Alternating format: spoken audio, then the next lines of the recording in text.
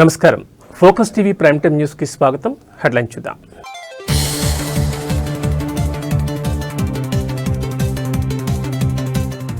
సోనియా గాంధీకి ఢిల్లీ కోర్టు నోటీసులు. నకిలీ పత్రాల ద్వారా ఓటు హక్కు సోనియా పేరు చేరిందంటూ పిటిషన్.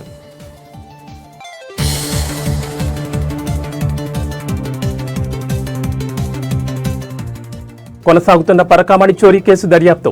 హైకోర్టుకు అదనపు నివేదిక సమర్పించిన సిఐడి.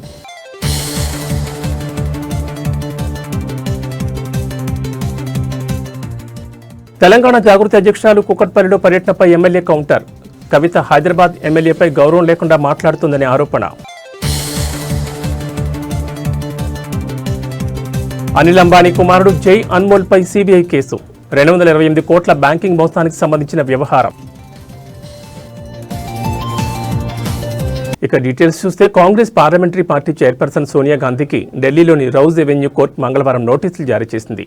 భారత పౌరసత్వం పొందడానికి 3 ఏళ్ల ముందే అంటే 1980లోనే ఆమె పేరు ఓటర్ల జాబితాలో చేరిందన్న ఆరోపణలపై దాఖలైన క్రిమినల్ రివిజన్ పిటిషన్ను న్యాయస్థానం విచారణ స్వీకరించింది.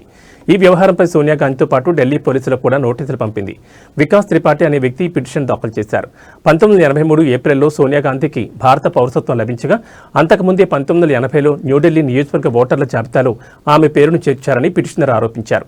ఫోర్జరీ తప్పుడు పత్రాలు సమర్పించడం వల్లే ఇది సాధ్యమైందని దీనిపై ఎఫ్ఐఆర్ నమోదు చేయాలని కోరారు. అయితే ఈ పిటిషన్ను మెట్రోపాలిటన్ మెజిస్ట్రేట్ కోర్టు సెప్టెంబర్ 11 కొట్టివేసింది. కింది కోర్టు తీర్పును సవాల్ చేస్తూ త్రిపాఠి ప్రత్యేక కోర్టును ఆశ్రయించారు. పిటిషనర్ తరపున సీనియర్ న్యాయవాది పవన్ నారంగ్ వాదనలు వినిపించారు. వాదనలు విన్న ప్రత్యేక న్యాయమూర్తి విశాల్ గోగ్నే ఈ పిటిషన్ విచారణకు స్వీకరించి ప్రతివాదులకు నోటీసులు జారీ చేశారు. తదుపరి విచారణను 2026 జనవరి 6వ తేదీకి వాయిదా వేశారు. గతంలో మెజిస్ట్రేట్ కోర్టు రాజ్యాంగంలోని ఆర్టికల్ 329 ప్రకారం ఎన్నికల సంబంధిత అంశాల్లో న్యాయస్థానాల జోక్యం పరిమితంగా ఉంటుందని పేర్కొంటూ పిటిషన్ తోసిపుచ్చింది. అయితే ఇది ఎన్నికల ప్రక్రియకు సంబంధించింది కాదని, ఫోర్జరీ వంటి క్రిమినల్ నేరానికి సంబంధించిందని పిటిషనర్ వాదిస్తున్నారు. ఈ అంశం గతంలో రాజకీయంగానూ చర్చనీయాంశమైన సంగతి తెలిసింది. ఇండిగో సంస్థలో నెలకొన్న సంక్షోభంపై కేంద్ర పౌర విమానయాన శాఖ మంత్రి రామ్మోహన్ నాయుడు లోక్సభలో కీలక ప్రకటన చేశారు. ఎంత పెద్ద విమానయాన సంస్థ అయినప్పటికీ ప్రణాళిక లోపాలు, నిబంధనలను పాటించకపోవడం వంటి కారణాల వల్ల ప్రయాణికులకు ఇంతటి కష్టాన్ని కలిగించడానికి అనుమతించబోమని మంత్రి స్పష్టం చేశారు. ఇండిగో సేవల్లో అంతరాయాలు స్థిరపడుతున్నాయని, దేశవ్యాప్తంగా ఇతర విమానయాన సంస్థలు సజావుగా నడుస్తున్నాయని ఆయన సభకు తెలిపారు. ప్రస్తుతం దేశంలోని విమానాశ్రయాల్లో ఎలాంటి రద్దీ, ఇబ్బందులు లేవని, సాధారణ పరిస్థితులు ఉన్నాయని మంత్రి పేర్కొన్నారు. ప్రయాణికులకు సంబంధించిన రిఫండ్లు, లగేజ్ ట్రాకింగ్, ఇతర సహాయక చర్యలను మంత్రిత్వ శాఖ పర్యవేక్షిస్తుందని మంత్రి రామ్మోహన్ నాయుడు తెలిపారు. ఈ సంక్షోభంపై directorate general of civil aviation ఇప్పటికే ఇండిగో సీనియర్ నాయకత్వానికి షోకాత్ నోటీసులు జారీ చేసిందని, దీనిపై వివరణాత్మక దర్యాప్తు ప్రారంభించిందని ఆయన వెల్లడించారు. డీజీసీఏ నివేదిక ఆధారంగా ఖచ్చితమైన తగిన చర్యలు తీసుకుంటామని ఈ సందర్భంగా లోక్సభలో మంత్రి హామీ ఇచ్చారు. We care for the crew, we care for the pilots, and we care for the safety of the entire system, we care for the passengers. So from the ministry, we have made it very, very clear to all the airlines that they have to follow the rules. 1st of November, since this has happened, DGCA has been in continuous consultation. They wanted some variations, all the airlines, not just one airline, all airlines have come back because they vary in the operations. Some are having night operations, some are operating heavily in the northeast, some have ATR specific operations. So they, even if you talk about airlines, they all have different kind of operations, and because of the operations and because of the FDTL guidelines, which is a uniform blanket on all the airlines, they all have come for different variations. DGCA has sat with all the airlines wherever there was no compromise on the safety, after thorough consultation and after thorough safety risk assessment, necessary variations, necessary exemptions have been given beforehand itself. And on 1st of December also, this was on 1st of November. What honorable member has also observed, we are talking about December 3rd, after 1 month. So there was 1 full month of operations in the new FDTL also. Why I am mentioning this point, even though we are saying because సంచలనం సృష్టించిన తిరుమల పరకామణి చోరీ case విచారణ సందర్భంగా కీలక ఆదేశాలు జారీ చేసింది Andhra Pradesh high court. Tirumala శ్రీవారి పరకామణి చోరీ కేసు మరోసారి హైకోర్టు దృష్టిని ఆకర్షించింది. ఈ కేసులో జరిగిన వివాదాస్పద పరిణామాలు, ముఖ్యంగా లోక్ అదాలత్ వద్ద జరిగిన రాజీ ఒప్పందం, చట్టబద్ధతపై ప్రశ్నలు తలెత్తున్న నేపథ్యంలో సిఐడి అదనపు నివేదికను కోర్టుకు సమర్పించింది. పరకామణి చోరీ కేసులో లోక్ అదాలత్ వద్ద జరిగిన రాజీ ప్రక్రియపై అనుమానాలు వ్యక్తమవుతున్నాయి. దీనిపై స్పష్టత కోసం సిఐడి నూతనంగా ఒక అదనపు నివేదికను హైకోర్టుకు అందజేసింది. ఈ నివేదికలో రాజీ ప్రక్రియపై మరిన్ని వివరాలు వివరాలు, సంబంధిత పత్రాలు ఉన్నట్లు సమాచారం. అయితే సిఐడి సమర్పించిన అదనపు నివేదికకు మరో 2 సెట్స్ సిద్ధం చేసి వాటిని సీల్డ్ కవర్లో రిజిస్ట్రార్ వద్ద జమ చేయాలని హైకోర్టు ఆదేశించింది. విచారణ నడుస్తున్నందున వివరాలు గోప్యంగా ఉంచాల్సిన అవసరాన్ని కోర్టు స్పష్టం చేసింది. సీజే నేతృత్వంలోని ధర్మాసనం ప్రస్తుతం ఈ కేసులో జరిగిన లోక్ అదాలత్ అవార్డు చట్టబద్ధతను పరిశీలిస్తోంది. కోర్టు రిజిస్ట్రీకి స్పష్టమైన దిశానిర్దేశిస్తూ సిఐడి సమర్పించిన అన్ని నివేదికలను ధర్మాసనం ముందు ఉంచాలని ఆదేశించింది. ఈ నివేదికల ఆధారంగా రాజీ ఒప్పందం చట్టపరంగా నిలబడుతుందా లేదా అన్న దానిపై కోర్టు నిర్ణయం తీసుకోనుంది. అయితే సిఐడి సమర్పించిన తాజా నివేదికను పూర్తిగా పరిశీలించి తదుపరి ఉత్తర్వులపై నిర్ణయం తీసుకోవాల్సిన అవసరం ఉండడంతో కేసు విచారణను బుధవారానికి వాయిదా వేసింది హైకోర్టు. తదుపరి విచారణలో ఈ కేసు కీలక మలుపు తిరిగే అవకాశం ఉంది. తిరుమల పరకామణి చోరీ వివాదంలో లోక్ అదాలత్ ఒప్పందం నిజంగా చట్టబద్ధమా అన్న ప్రశ్నకు సమాధానం త్వరలో వెలువడనుంది. రేవంత్ రెడ్డిని తిరుగుతుంటావు, కేటీఆర్ తిరుగుతావా? ఏం మాట్లాడినావు నిన్న చిక్సాట్లను విలేకరులతో? భారత్ ఫ్యూచర్ సిటీలో 2వ రోజు గ్లోబల్ సమ్మిట్లో భాగంగా $3 ట్రిలియన్ ఎకానమీ లక్ష్యం కోసం మూలధనం, ఉత్పాదకత పెంచడం అంశంపై జరిగిన చర్చలో భట్టి మాట్లాడారు. ఈజ్ ఆఫ్ డూయింగ్ బిజినెస్ లో ముందున్నామని, ఏఐ, క్వాంటమ్ కంప్యూటింగ్ పై దృష్టి పెట్టామన్నారు. అంతకుముందు ఓ న్యూస్ ఛానల్తో మాట్లాడిన భట్టి విక్రమార్క రాష్ట్ర ప్రభుత్వం గ్లోబల్ సమ్మిట్ నిర్వహిస్తోందని, ఇందులో అంశాల వారీగా ఒప్పందాలు జరుగుతున్నాయని అన్నారు. కొందరు వ్యక్తులు, కొన్ని పార్టీలు మా విజన్ చూసి ఓర్వలేకపోతున్నాయని దుయ్యపట్టారు. పెట్టుబడులు రావడం నిరంతర ప్రక్రియ అన్నారు. వచ్చిన పెట్టుబడులు రియాలిటీకి తీసుకురావడం మా ముందున్న లక్ష్యమని, నిన్న 2 లక్షల కోట్లకు పైగా పెట్టుబడులపై ఎంఓయూ జరిగిందన్నారు. ఇవాళ మరో 2 లక్షల కోట్ల పెట్టుబడులు ఎంఓయూ జరగబోతుందని ప్రతిపక్షాలు విమర్శలు మాని సహకరించారన్నారు. విమర్శలే ప్రధాన ఎజెండాగా ప్రతిపక్షాలుంటే ఏం లాభమని ప్రశ్నించారు. As you all know, we have recently announced Telangana Rising 2047. It is not just a document. It's our pledge to the future. We have set an ambitious target to transform Telangana into a $3 trillion economy by 2047. I want to ground us in the numbers. Today, Telangana's economy is approximately $185 billion economy. To reach $3 trillion economy by 2047, we need to grow roughly 16-fold in just 22 years. Mathematically, this requires a compound annual growth rate of 13.5% in dollar terms, roughly 17 to 18% in rupee terms, accounting for currency depreciation. To put this in historical context, no major Indian state has sustained that level of dollar growth for 2 straight decades. Even during India's best growth phases, states like Gujarat or Karnataka average 11 to 12% nominal growth over long period. We care attempted to do something unprecedented in Indian economic history. Business as usual growth of 10% also gets us to maybe $1 trillion or $1.2 trillion, not just not $3 trillion. The gap between $1 trillion and $3 trillion is what economists call the productivity gap. And filling that gap is the sole purpose of this pen. But numbers are easy to write on paper. The real question is, the question that keeps me wondering is how. We cannot reach a $3 trillion economy simply by working harder. We cannot get there just by building more roads or constructing more buildings. Though we will do that too, to reach this exponential growth, we need to change the fundamental equation of our economy. The equation is simple.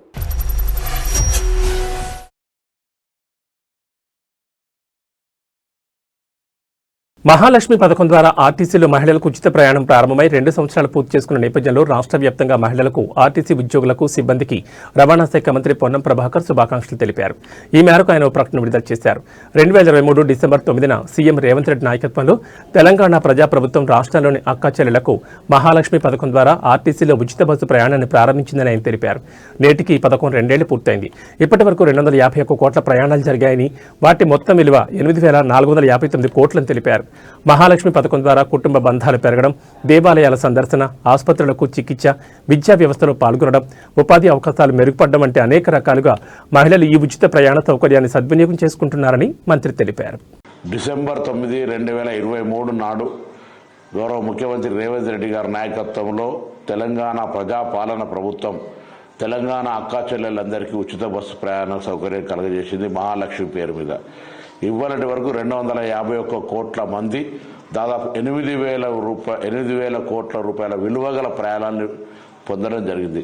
దీనివల్ల కుటుంబాల బంధుత్వం పెరగడం కావచ్చు, అదేవిధంగా దేవాలయాల సందర్శన కావచ్చు, ఆసుపత్రులకు కావచ్చు, విద్యా వ్యవస్థకు మెరుగుపడడం కావచ్చు, ఉపాధి అవకాశాలు మెరుగుపరుచుకునే విధంగా అనేక ఈరోజు మహిళలు ఉపయోగించుకుంటున్న ఈ సందర్భంలో 2 సంవత్సరాలు పూర్తి చేసుకున్న సందర్భంగా ఈరోజు సోనియా గాంధీ గారి జన్మదినం ప్రారంభించినటువంటి ఈ కార్యక్రమం విజయవంతంగా మహిళలకు ఉపయోగపడుతుంది, మహిళల సాధికారికతకు ఉపయోగపడుతోంది. బస్సులో ప్రయాణం చేయడమే కాదు, బస్సులకు యజమానులను ఇచ్చినటువంటి ప్రభుత్వంగా ఈరోజు తెలంగాణ ప్రజాపాలన ప్రభుత్వం ఉంది. ఈ సందర్భంగా తెలంగాణలో ఉన్నటువంటి అక్కా చెల్లెలందరికీ రవాణా శాఖ మంత్రిగా తెలంగాణ ప్రభుత్వం పక్షాన నా హృదయపూర్వకంగా శుభాకాంక్షలు తెలియజేస్తా ఉన్నాను.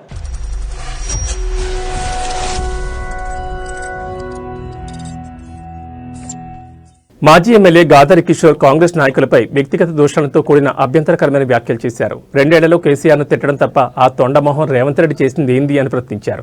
ఆయన 2 ఏళ్ల పాలనలో ఎలాంటి అభివృద్ధి చేయలేదని విమర్శించారు. వ్యక్తిగత దూషణ, కేసీఆర్ అంటే రేవంత్ రెడ్డి భయపడతారని ఆరోపించారు. సీఎం రేవంత్ రెడ్డి కేవలం కేసీఆర్ గురించే మాట్లాడడం తప్ప పాలనపై దృష్టి పెట్టడం లేదని ఎద్దేవా చేశారు. నేను మొన్న దేవరకొండకు వచ్చి మీటింగ్ పెడితే ఏం మాట్లాడతాడు? కేసీఆర్, హరీష్ రావు, కేటీఆర్ సాగర్లవాడి జావూరి మీ శవాల మీద కేసీఎల్బీసీ కడతా, ఎక్కడ తలకాయలేను నాకు అర్థం కాదు. ఎవడన్నా నాయకుడు అంటోడు సమాజం బాగుండాలనుకుంటారు, ఒకరిని బతుకు కోరుకుంటారు. పొద్దుగా లేస్తే కేసీఆర్ మీద ఏడుపు, కేసీఆర్ మీద ఏడుపు. ఏంది ఏం చేయలే కేసీఆర్ గారు. మొన్న అలా వ్యవసాయ క్షేత్రం ఉన్నటువంటి ఊరు 20,000 ఏదైతే ఉందో ఆడ ఏకగ్రీవం చేసుకొని సర్పంచులు, వార్డు మెంబర్లు పోయి దండం పెట్టి వచ్చారు. సార్ మాట్లాడుతున్నప్పుడు పక్కపొట్టి కూర్చొని సార్ మళ్ళీ మన రాజ్యం రావాలి సార్, తప్పు జరిగిపోయింది జనాలు అంతా అనుకుంటే, సరే తీయమ్మారు చూస్తాక 2 నెలలు వస్తూనే ఉంటుంది, మళ్ళీ ఖరాబ్ అయినా కూడా మనం బాగు చేసుకున్నాం తీ అన్నాడు. ఆ వీడియో బయటకు వచ్చింది. కథం కొడుకు కూర్చోబడ్డది రేవంత్ రెడ్డి గారికి. ఏం సారు బయటకు వెళ్ళలేదు, మాట్లాడలేదు, ప్రెస్ మీట్ లేదు, ఏది లేదు. కేసీఆర్ ముఖం కనబడితేనే భయం అవుతుంది కొడుకు. కేసీఆర్ పేరు దలుచుకోకుండా, కేసీఆర్ జపం చేయకుండా మనం బతికేలేదు. అభివృద్ధి కార్యక్రమాలు చేయాలంటేనేమో చెయ్యవు, బిల్లులు ఇయ్యరా మా పాత సర్పంచ్ కంటేనేమో ఇయ్యవు. ఇప్పుడు ఏదో సమ్మిట్ అని పెట్టిండు, గ్లోబల్ సమ్మిట్ అని ఈయన పెట్టిండు. దాంతో ఏం ప్రయోజనం జరిగిందో, ఏం పెట్టుబడులు వచ్చినా ఇప్పటివరకు చెప్పాలి. నారాయణపేట జిల్లా దామరగిద్ద మండలం లోకుర్తి గ్రామంలో పంచాయతీ ఎన్నికల ప్రచారంలో కాంగ్రెస్ పార్టీ నాయకుల మధ్య తీవ్ర వాగ్వాదం చోటు చేసుకుంది.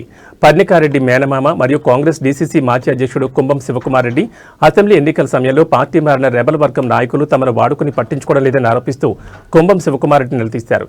ఈ నిలదీయడం కాంగ్రెస్ పార్టీలో నెలకొన్న వర్గ పోరుకు అద్దం పడుతోంది. నిలదీసిన రెబల్ వర్గం నాయకులపై కుంభం శివకుమార్ రెడ్డి తీవ్రంగా స్పందించారు. అత్యంత అభ్యంతరకరమైన భాషను ఉపయోగించి రెచ్చిపోయి వీరంగం సృష్టించారు. ఏదో చెప్పడానికి సాకు ఉండాలి కదా. ఏమి చేయలేదు, పైసలు మిగిలేవు, ఏమి మిగిలేవు, పైసలు ఎవరితోనే మిగిలే, ఎన్ని మిగిలే. అబద్ధం చెప్పకు, అబద్ధం చెప్పకు. నువ్వే చెప్పినావు దావత్ చేయాలి 2,000 అంటే.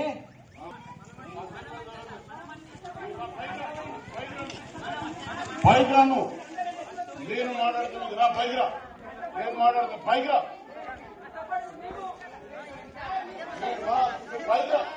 నువ్వు పైకి రా, పైకి రా,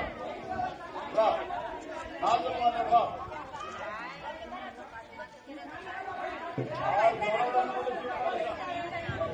టీఆర్ఎస్ అయితే నాడితే కాలు ఉంటా. ఆయన చేసే ఓటు లేదు, నేను బరాబర్ చెప్తున్నా. ఒక్కరు మాట్లాడితే జరగదు. కాదు పైగా నువ్వు పైకి రా.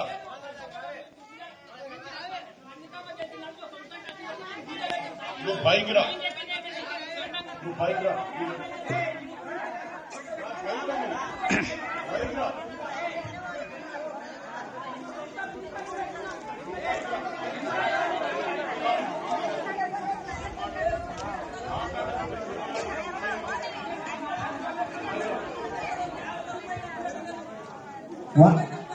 చెప్పే వాస్తవం చెప్తే ఇట్లా ఉంటది. ప్రభుత్వం నుంచి వచ్చే బెనిఫిట్స్ ఏవైనా మేము అందజేస్తున్నాం, జెన్యూన్ గా అందజేస్తున్నాం. ఇప్పుడు ఇల్లులు కన్స్ట్రక్షన్ నడుస్తున్నాయి. కన్స్ట్రక్షన్ ఇల్లులకు ఇప్పుడు జనజాగృతి అధ్యక్షురాలు కవిత కుక్కట్పల్లిలో పర్యటనపై ఎమ్మెల్యే మాధవరం మండిపడ్డారు. కవిత హైదరాబాద్ ఎమ్మెల్యేపై గౌరవం లేకుండా మాట్లాడుతుందని, చరిత్రహీనురాలు కవిత మాపై మాట్లాడే అర్హత లేదని, నీ చరిత్ర ఏంటి, నీ బతుకేంటి తమకు తెలుసని ఆరోపించారు. తెలంగాణ తెచ్చిన కేసీఆర్ కోసం హైదరాబాద్ ఎమ్మెల్యేని కలిసి నడిస్తే బీటీ బ్యాచ్ అని అనడంపై ఫైర్ అయ్యారు. తామందరం తెలంగాణ కోసం పనిచేశామని, నీ బండారం బయటపెడితే తెలుస్తుంది, ఏం బంగారం షాపు వదలలేదని విమర్శించారు. నీ వ్యక్తిగతంగా మాట్లాడాలంటే తట్టుకోలేవు, జాగ్రత్త, నీ చిట్టా నా దగ్గరుంది, పెద్ద ఆయన కోసం ఊరుకుంటున్నారని ఆరోపించారు. రేవంత్ రెడ్డిని తిరుగుతుంటావు, కేటీఆర్ తిరుగుతావా? ఏం మాట్లాడినావు నిన్న సిక్స్ షాట్లను విలేకరులతో? నీ బండారం ఇప్పితే మొత్తం ఈ నుంచి మొత్తం తెలంగాణ నుంచి ఢిల్లీ దాకా ఇప్పితే తట్టుకోలేవు నువ్వు. ఇప్పటికైనా మానుకో, ప్రజాసేవ చేసే ప్రయత్నం చేయి. అంతేగాని ఇష్టం వచ్చినట్టు నువ్వు మాట్లాడితే ఒప్పుకుంటాడో ఉన్నాడు. నువ్వు ఏం చేసుకుంటుంటే 10 ఏళ్ల కింద తెలంగాణ రాకముందు నేను ఆ రోజు పాట పాడిన నల్లగొండ గద్దరుద్దా అని. ఆ రోజు అనుకున్నాను నువ్వు నీ చరిత్ర అని. పరిపాలనలో తెలంగాణ అని మొత్తం ఏమైనా చూసుకుంటా. ఏ షాప్ రోజులు లేవు, ఏ బట్ట షాప్ లేవు, ఏ బంగారు షాప్ లేవు. ఇలా మేము కబ్జాదారులమ్మా. నేను ఇందిరానగర్కి నాకు 4 రోజుల కింద ఫిక్స్ అయింది నాకు ప్రోగ్రాం. నాకు అక్కడ ప్రజలను కాపాడేది నేను. ఆధీనంలో ఉన్నటువంటి ఐడిపి ఆధీనంలో నుండి నిరుపేదలు బాధపడుతుంటే ఈ వస్తుంటే భయపడ్డారంట. నీ అసలు కుక్కలు మస్తు వచ్చిపోయినా నా దగ్గరికి. ఇక్కడ నా కుక్కడపల్లి ప్రజలు నాకు దేవుళ్ళు, వాళ్ళకు బుద్ధ లేదు, పాదాభివందనం చేస్తా. వాళ్ళందరించే నన్ను ఈ రకంగా గెలిపించారు, నా నీతి నిజాయితీని. బ్లూ సీట్లు కనబడితే వసూలు చేసేదానికి నీకు అలవాటు ఉంది, ఎవరికి అలవాటు లేదు. నీ మీద నిజంగా ముఖ్యమంత్రి గారు కానీ సెంట్రల్ గవర్నమెంట్ కరెక్ట్గా సీరియస్గా తీసుకుంటే నీ సంగతి ఏంటో, నీ మొగోని సంగతి ఏంటో మొత్తం బయటకు వస్తాయి. మేడ్చల్ మల్కాజ్గిరి జిల్లా కలెక్టరేట్ కార్యాలయంలో తెలంగాణ తల్లి విగ్రహావిష్కరణ కార్యక్రమం ఘనంగా జరిగింది. అడిషనల్ కలెక్టర్ రాధికా గుప్తా ఈ విగ్రహాన్ని ఆవిష్కరించారు. విగ్రహావిష్కరణ జరిగిన అనంతరం జిల్లాధికారులందరూ కలిసి రాష్ట్ర గీతాన్ని ఆలపించారు. ఈ కార్యక్రమంలో అడిషనల్ కలెక్టర్ రాధికా గుప్తా సహా జాయింట్ కలెక్టర్ విజయేందర్ రెడ్డి, జిల్లా రెవెన్యూ ఆఫీసర్ హరిప్రియ మరియు కలెక్టరేట్లోని వివిధ శాఖల అధికారులు పాల్గొన్నారు. జిల్లా అధికారులందరికీ కూడా పేరు పేరున స్వాగతం తెలియజేస్తూ, తెలంగాణ తల్లి విగ్రహానికి వారు పుష్పాలతో అభిషేకం చేస్తారు, ఆ పుష్పాలను సమర్పిస్తారు అని తెలియజేస్తూ additional collector sir Shri Vijayender Reddy గారు తెలంగాణ తల్లి విగ్రహానికి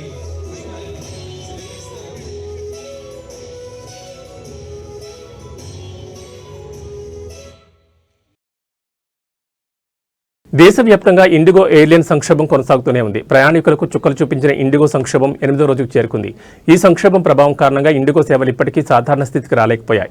ముఖ్యంగా హైదరాబాద్లోని శంషాబాద్ ఎయిర్పోర్ట్ నుంచి వివిధ రాష్ట్రాలకు వెళ్లాల్సిన 14 ఇండిగో విమానాలు రద్దు కాగా, వివిధ రాష్ట్రాల నుంచి శంషాబాద్కు రావాల్సిన 44 ఇండిగో విమానాలు నిలిచిపోయాయి. ఇలా మొత్తం 56 విమానాలు రద్దు చేసినట్లు ఇండిగో ఎయిర్లైన్స్ ప్రకటించింది. ఈ అనూహ్య రద్దు కారణంగా తమ ప్రయాణ ప్రణాళికలు తారుమారై గమ్యస్థానాలకు చేరుకోలేక ప్రయాణికులు తీవ్ర ఇబ్బందులు పడుతున్నారు. మరోవైపు విమానాల రద్దుల పరంపరపై పౌర విమానయాన శాఖ తీవ్రంగా స్పందించింది. ఈ సమస్యపై స్పష్టత ఇవ్వాలని ఆదేశిస్తూ అన్ని విమానయాన సంస్థలకు సమన్లు జారీ చేసింది. ఈ నేపథ్యంలో విమాన సేవల్లో అంతరాయానికి గల కారణాలను వివరించేందుకు విమానయాన సంస్థల ఉన్నతాధికారులు త్వరలో డీజీసీఏ ముందు విచారణకు హాజరు కానున్నారు. ఈ సంక్షోభానికి శాశ్వత పరిష్కారం చూపడానికి, ప్రయాణికులకు భవిష్యత్తులో ఇటువంటి ఇబ్బందులు రాకుండా చర్యలు తీసుకోవడానికి ప్రభుత్వం ఈ చర్యలు చేపట్టింది. ఇదిలా ఉంటే డిసెంబర్ 10 నాటికి ఇండిగో పూర్తిస్థాయి సేవలు అందుబాటులోకి వస్తాయని, సమస్య పూర్తిగా సర్దుమణుగుతుందని, ఈ మేరకు తగిన చర్యలు తీసుకుంటున్నామని ఇండిగో ప్రకటించిన విషయం తెలిసిందే.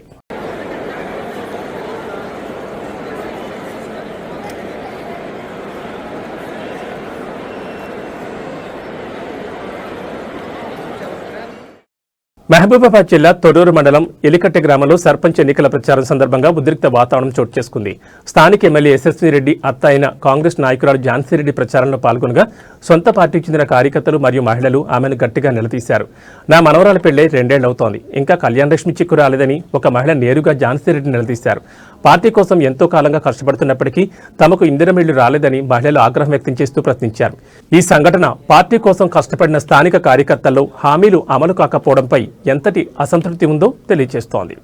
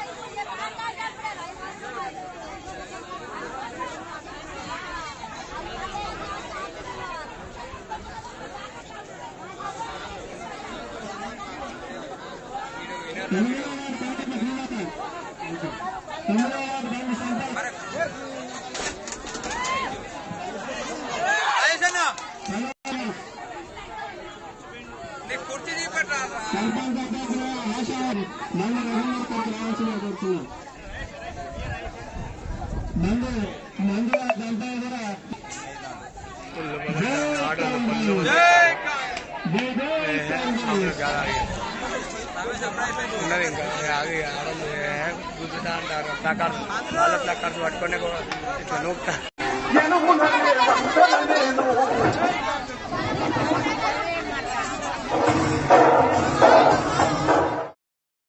ప్రముఖ పారిశ్రామికవేత్త అనిల్ అంబానీ కుమారుడు జై అన్మోల్ అనిల్ అంబానీపై సీబీఐ క్రిమినల్ కేసు నమోదు చేసింది. రిలయన్స్ హోమ్ ఫైనాన్స్ లిమిటెడ్కు సంబంధించిన బ్యాంకింగ్ మోసం కేసులో ఆయనపై ఈ చర్యలు తీసుకున్నారు. అనిల్ అంబానీ కుమారుడిపై క్రిమినల్ కేసు నమోదు కావడం ఇదే మొదటిసారి. యూనియన్ బ్యాంక్ ఆఫ్ ఇండియా ఇచ్చిన ఫిర్యాదు మేరకు సీబీఐ రంగంలో దిగింది. ఈ కేసులో జై అన్మోల్తో పాటు Reliance home finance limited company మాజీ సీఈఓ రవీంద్ర సుధాల్కర్లను కూడా నిందితులుగా చేర్చారు. చీటింగ్, నేరపూరిత కుట్ర, నిధుల దుర్వినియోగం ద్వారా బ్యాంకు 228.06 కోట్ల నష్టం కలిగించారని ఎఫ్ఐఆర్లో పేర్కొన్నారు. సీబీఐకి అందిన ఫిర్యాదు ప్రకారం రిలయన్స్ హోమ్స్ ఫైనాన్స్ వ్యాపార అవసరాల కోసం బ్యాంకు నుంచి 450 కోట్ల వరకు రుణ సదుపాయం పొందింది. అయితే కంపెనీ సకాలంలో వాయిదాలు చెల్లించడంలో విఫలమవడంతో 2019 సెప్టెంబర్ 30న ఈ ఖాతాను నిరర్ధక ఆస్తిగా వర్గీకరించారు. అనంతరం గ్రాంట్ థార్న్టన్ సంస్థ నిర్వహించిన ఫోరెన్సిక్ ఆడిట్లో కంపెనీ రుణాలుగా పొందిన నిధులను ఇతర అవసరాలకు దారి మళ్లించినట్టు తేలింది. ప్రమోటర్లు, డైరెక్టర్ల హోదాలో ఉన్న నిందితులు ఖాతాలను తారుమారు చేసి నిధులను పక్కదారి పట్టించి బ్యాంకుకు మోసం చేశారని యూనియన్ బ్యాంక్ ఆఫ్ ఇండియా తన ఫిర్యాదులో ఆరోపించింది. ఈ కేసులో భాగంగా సీబీఐ అధికారులు కంపెనీకి సంబంధించిన పత్రాలు, లోన్ అకౌంట్లను పరిశీలించనున్నారు. ఫోకస్ న్యూస్ ముగించే ముందు హెడ్లైన్స్ మరోసారి.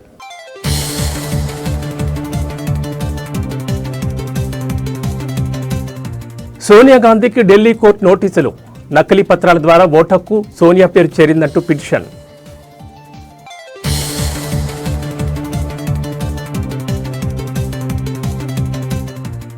కొనసాగుతున్న పరకామణి చోరీ కేసు దర్యాప్తు.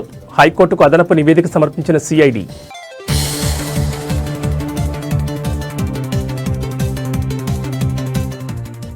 తెలంగాణ జాగృతి అధ్యక్షురాలు కూకట్పల్లిలో పర్యటనపై ఎమ్మెల్యే కౌంటర్.